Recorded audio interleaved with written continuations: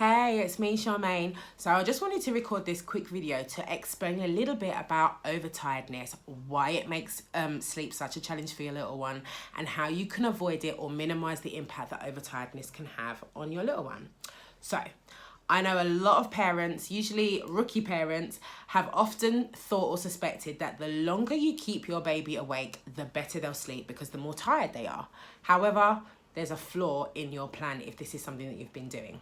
Now, babies and toddlers can get tired very, very quickly. And in order to help your baby or your toddler's body cope with being awake longer than they should do, the body issues a response to the stress. The stress being that they've stayed awake longer than they ideally should have. And the way that your little one's body responds to the stress of staying awake longer than they should have is to release cortisol and adrenaline.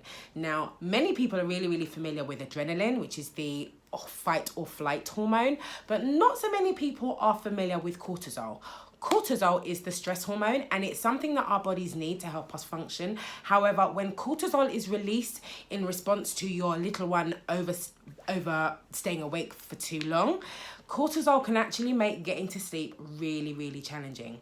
Now, cortisol works by providing the body with vital energy to keep the most important parts of the body functioning, like the heart, the lungs, and the brain. However, cortisol tends to have a cumulative effect in that the more stressed and tired we get, the more cortisol gets released and it builds up in our system or in our little one's system.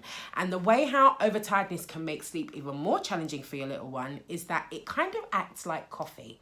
Now have a think about when you've had a really late night and you still had to get up at the same time the next morning to go to work. And you wake up the next morning feeling a little bit tired and a little bit sluggish, but you've got to function. So you drink copious amounts of coffee or tea to help you stay awake, so to speak. And the caffeine in that tea or that coffee works wonderfully in that, yes, it does help you stay awake, but it doesn't stop you from feeling tired. The annoying thing about having all that caffeine in your system is that when you do get the opportunity to rest, if there's too much caffeine in your system, as you can imagine, getting to sleep is really challenging. Or when you do get to sleep, the quality of sleep that you have isn't as good and you wake quite frequently and tend to wake up quite early in the morning. And this is the same thing that cortisol does with our babies. It makes napping or falling asleep really challenging. It causes frequent wake-ups during the night and again during naps, and it can cause early waking and premature waking during nap times. So how do you avoid overtiredness? And if your child is overtired, what do you do to combat the impact that all this cortisol and adrenaline is having in their systems? Well, unfortunately, the only way you can counteract the stress response that's caused by being overtired is to A, get your kid to sleep, and B, get rid of all that extra energy that cortisol has given them. So I'll often say to parents of older babies and toddlers who are quite active and are moving around, if you have a toddler that's become overtired, a great way of helping them to wind down for sleep is to get them running around in the garden, get them jumping on the bed, running around on the up and down the stairs if they are supervised and able to do that, or roughhousing with daddy, a little bit of rough play. Anything that encourages them to use all of their limbs and to expend energy is going to be a great way of helping them to release that cortisol. Now, it's really important if you're doing this in the run up to bedtime that you give them the opportunity to expend that energy. So i.e. run around, jump on the bed, jump on a trampoline, run around the garden, whatever. Give them the chance to expend that energy, then give them a chance to calm down, then do your bedtime routine. A lot of parents make the mistake of doing all this roughhousing and then trying to do the bedtime routine without really helping to calm and bring the energy levels down of your children. You really do have to help them to calm down if they've been running around roughhousing or whatever, because kids need help with that. So this is a really important tip that I wanted to share with you. If your little one is overtired, the only way to combat overtiredness is to get them to sleep and get them to sleep before overtiredness kicks in.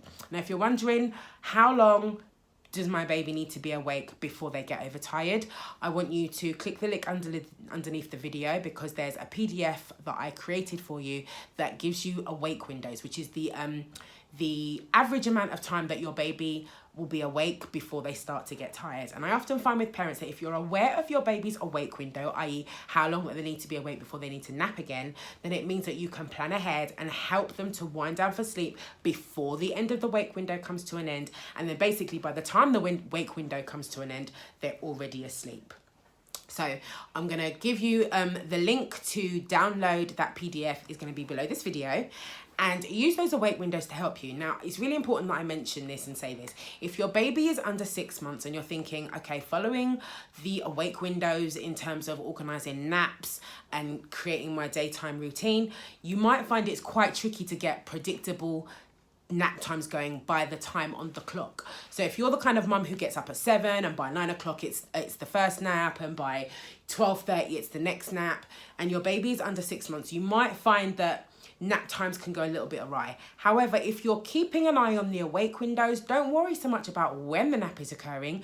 Just be sure to make sure that they're getting the nap, because I often find that even if nap is sporadic during the day, as long as you're avoiding overtiredness and helping them to get the sleep they need, you will often find that they will sleep a lot better at night as well. So I hope that explains to you what overtiredness is, why it can make sleep so difficult, and how you can overcome and combat the impact that overtiredness can have on your little one. Thank you so much for watching. Take care.